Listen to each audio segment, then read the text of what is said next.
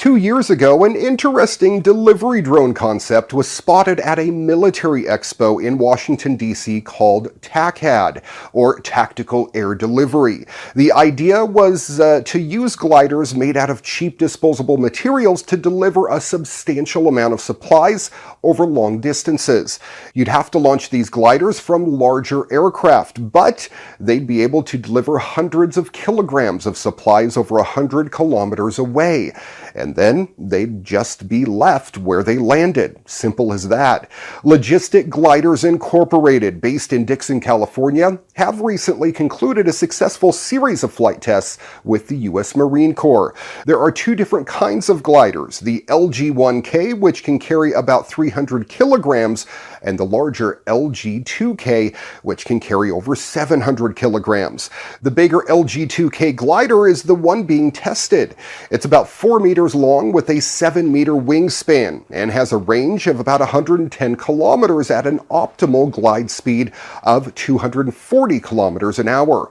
As the video shows, the glider can be dropped from a helicopter or pushed out the back of a cargo aircraft, and then it will deploy its wings and glide either autonomously or via radio control.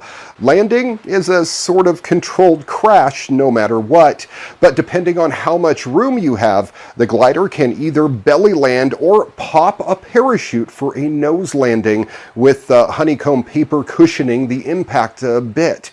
The military already has a few different ways of delivering supplies to units in need, including the container delivery system and the Joint Precision Airdrop System. CDS is basically a pallet of stuff with a parachute attached that gets chucked out the back of a cargo aircraft.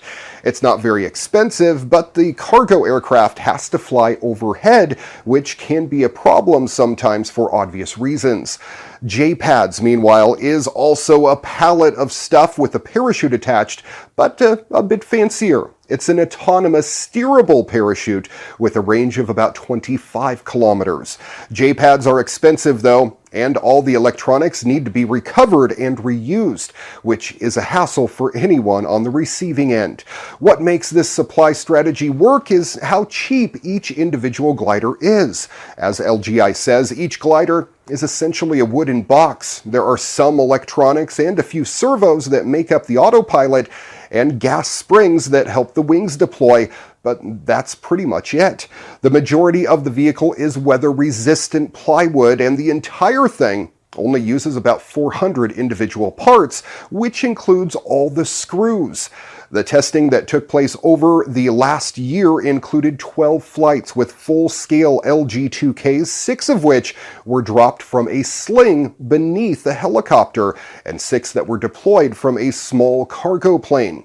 5 gliders flew autonomously, and they all managed to land. LGI plans to continue its testing this year under a contract with the Marines, with loaded prototypes making test flights by the end of the year.